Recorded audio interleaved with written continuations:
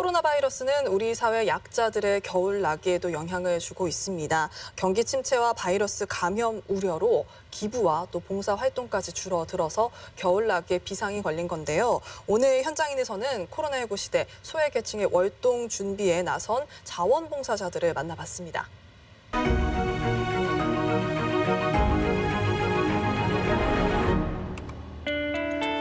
찬 바람이 부는 추운 겨울이 되면 우리 주변의 소외된 이웃을 위한 따뜻한 월동 봉사 행렬이 이어지곤 합니다. 폐지 주우시는 그런 어려우신 분이 있는데 저희한테 애쓰신다고 하면서 자기 거 음료수를 이렇게 건네주시더라고요. 상당히 뿌듯했습니다. 유난히 춥고 긴 시간이 될 것 같은 올 겨울. 망설임에도 불구하고 이웃을 위해 월동 봉사를 이어가는 사람들이 있습니다. 올해도 어김없이 돌아온 김장 봉사 활동. 현장을 찾은 자원봉사자들이 가장 먼저 하는 건 역시 방역수칙을 지키는 것이죠. 철저한 방역수칙 아래 김장을 시작한 사람들. 그 속에 코로나19 시대의 자원봉사자 정현경 씨가 있습니다. 자원봉사를 시작하신 지는 얼마나 되셨어요? 2011년경부터 시작을 했습니다. 거의 한 10여 년 정도 되고 있습니다. 대단하시네요. 벌써 10년째 꾸준히 봉사활동을 하고 있는 영경 씨가 자원봉사를 시작하게 된 계기는 아주 사소했습니다. 저희 아이들이 어렸을 때 아이들하고 같이 할 수 있는 게 무엇이 있을까 생각을 하다가 자원봉사를 하면은 아이들한테도 좋고 저도 좋고 서로 좋게 가족이 같이 할 수 있는 봉사가 있어서 같이 처음에 아이들과 같이 시작을 하게 되었습니다. 아이 교육을 봉사활동으로 하셨어요. 가족들과 함께 할 수 있는 취미로 시작한 봉사활동이었지만 이제 연경 씨에겐 일상이 됐죠. 다양한 봉사활동 중에서도 김장봉사는 연경 씨가 매년 참여하고 있는 활동 중 하나. 하지만 올해는 유난히 바쁘게 움직여야 한다는데요. 원래는 거의 작년 같은 경우는 1,200포기를 김장을 했었는데 올해는 2,000포기를 지금 담궜습니다. 2,000포기.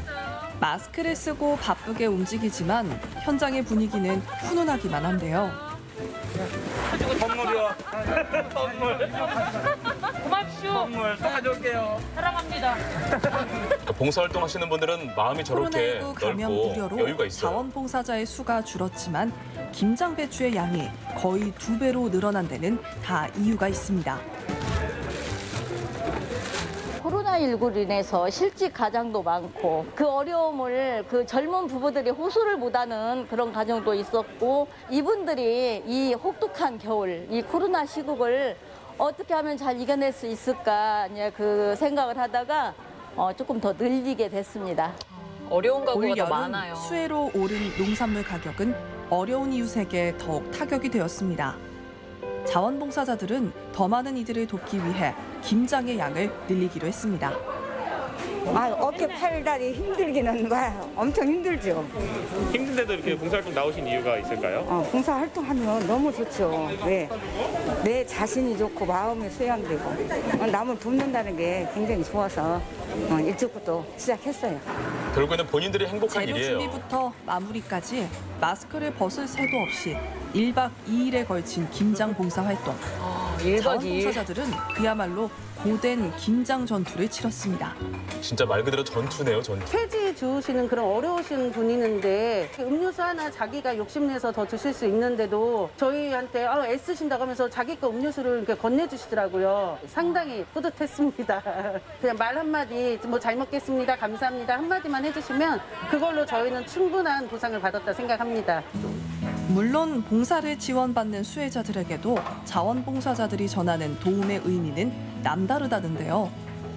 자신을 향한 따뜻한 마음에는 물질적인 도움 그 이상의 가치를 지녔기 때문입니다. 사람은 사회적 존재입니다. 특히 취약계층일수록 사회적인 관계망 속에서 고립감을 느끼고 외로움을 많이 느끼는데요. 그런 분들에게 나 혼자가 아니고 누군가 내가 더불어 살고 있다라고 하는 그 마음가짐을 심어주도록 하는 그런 노력이 더욱더 필요하고 코로나19와 같은 위기가 닥치면 취약계층이 더욱 큰 타격을 받습니다. 하지만 이들을 돕는 손길은 점점 줄어들고 있습니다. 코로나19 코로나19 이전에는 그 많은 봉사자들이 활발하게 많은 인원이 참여를 해서 그 활동들을 했다면 코로나 이 시국에는 상당히 많이 위축이 된 상태입니다. 사람과 사람 사이의 접촉을 꺼리게 하는 코로나19는 결국 자원봉사자의 활동에도 영향을 끼친 것이죠. 아, 많이 줄었네요. 많이 줄었네요. 올해 19살인 현지 학생. 요즘 대부분의 시간을 집안에서 보내고 있습니다. 밖에도 많이 못 나가고 주변 사람들하고 많이 만나지 못해서 이제 이야기 소통도 잘 안 될 때가 많고 이제 마스크를 꼭 착용을 해야 되기 때문에 얼굴에 트러블도 많이 생기고 제 일상생활이 좀 많이 불편한 점이 많습니다. 사회적 거리두기로 집안에서 할 수 있는 취미 활동을 늘리고 있는 현지 학생. 최근엔 요리에 재미를 붙이고 있지만 사실 현지는 20살이 되면 꼭 하고 싶었던 것이 있었습니다. 곧 20대가 되시잖아요. 네. 그럼 20대가 되면 하고 싶으셨던 일이 있으세요? 저는 혼자 해외여행을 가고 싶습니다. 하와이 해변에 가서 누리고 싶은 거 다 누릴 것 같아요. 그리고 이제 하와이에 이제 맛있는 케이크 집이 있는데 이제 거기 케이크를 한번 먹어보고 싶습니다. 좀 기다려야 되겠네요. 꿈꿔왔던 20살의 꿈은 잠시 접어야 했지만 최근 현지가 푹 빠져 있는 것이 있습니다. 바로 집안에서 수세미를 떠 도움이 필요한 이웃에게 전달하는 비대면 봉사활동인데요. 아우, 대견해라.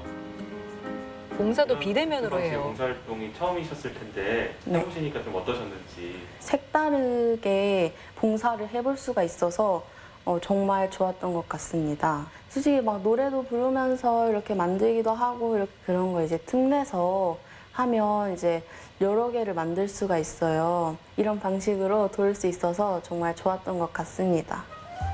알록달록한 수세미를 직접 떠서 이웃에게 전달해주는 방식의 비대면 봉사활동. 코로나19로 대면 봉사가 어려워진 요즘 새롭게 떠오르고 있는 방식의 봉사활동인데요. 봉사도 정말 획기적이네요. 키트를 배부받은 친구들이 이제 가정에서 시간을 활용해서 본인들이 만든 걸 저희한테 이제 반납을 해주세요. 가족필동은 저희가 23개 지역 아동센터가 있어요. 그 아동센터 아이들한테 성탄절 선물로 갈 거고요. 그리고 수세미는 이번에 저희가 수해가 크게 났었잖아요. 그 지역의 그 독거노인들한테 배부될 예정입니다. 코로나19 극복을 위한 비대면 봉사활동으로 학생들이 만든 수세미와 가죽 필통은 총 500여 개. 덕분에 아이들은 봉사의 즐거움까지 깨달았습니다. 코로나 때문에 청소년 자원봉사 활동이 대체적으로 많이 위축이 된 상황이에요. 경로당도 폐쇄가 되고 다수가 모여서 하는 활동이 아닌 최소한의 대면 활동으로 하는 활동을 늘려갈 생각이고요. 포스트 코로나 시대가 반드시 올 거라고 믿고 또 그에 맞는 자원봉사 활동을 기획하고 진행할 예정입니다. 온라인 클래스 잘하고 있지? 코로나 조심하고. 오늘도 현지는 한 땀 한 땀 뜨개질을 하며 코로나19가 사라진 세상의 봉사활동을 기다리고 있습니다. 할머니, 할아버지 분들께 이제 악수하면서 이렇게 안마도 해드리고 싶고 이렇게 만나면서 직접 전달해주고 싶지만 코로나로 인해서 솔직히 쉽게 다가가지 못하잖아요. 이제 노인분들은 그런 게 약하기 때문에 이제 그런 점에서 좀 아쉬웠던 것 같아요. 마음이 잘 전달될 신체적, 거예요. 정신적으로 위축이 되기 쉬운 사회적 약자들. 자원봉사자들은 이들을 위해서 최소한의 봉사활동을 유지해야 한다고 말합니다. 코로나 상황이 되다 보니까 사회적 관계망이 단절된 경우가 많아요. 그런 부분을 뭔가 메꿔줄 필요가 있겠다 하는 생각이 들고 자원봉사 또는 사회공헌 활동을 통해서 어느 정도는 메꿔줘야 된다라고 생각을 합니다. 군산시에 위치한 한 급식소. 이곳에서는 취약계층 어르신들을 위해 무상으로 점심 식사를 제공하고 있습니다. 기초 수급자분들이나 장애인분들 한 끼 해결하기 힘드신 분들이 거의 한 300분 이상씩 항상 방문하고 계십니다. 매일 그렇게 네. 봉사하시는 분들은 몇 분 정도? 거의 한 10여 명 정도요. 1996년 처음 문을 연 뒤로 지금까지 매일 300여 명의 이웃들에게 따뜻한 한 끼를 대접해왔지만 이곳 역시 코로나19의 영향을 피할 수는 없었습니다. 매일 해왔어요. 코로나가 처음 터지고 이제 처음에는 이렇게 배식으로 나갔었는데 점점 이제 뭐 1.5단계 이상 올라가면서 아무래도 이게 같이 모여서 식사하시는 부분에 대해서 좀 위험성도 있고 불안한 마음도 있고 그래서 도시락으로 다시 바뀌려고 지금 회의 중에 있습니다. 계속 운영됐으면 만약 좋겠어요. 사회적 거리두기 강화로 무료 급식소가 문을 닫는다면 당장 이곳을 찾는 누군가는 하루의 유일한 끼니를 잃어버리게 되는 상황입니다. 봉사자들은 멈추고 싶지가 않은 거예요.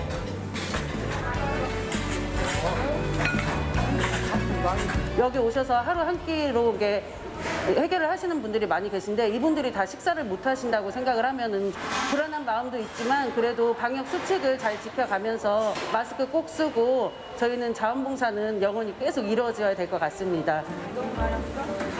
우리 사회는 소외계층을 위한 다양한 공적 복지를 제공하고 있습니다. 그렇다면 행정당국의 복지 서비스가 있음에도 불구하고 민간에서 자원봉사가 이뤄져야 하는 이유는 무엇일까요?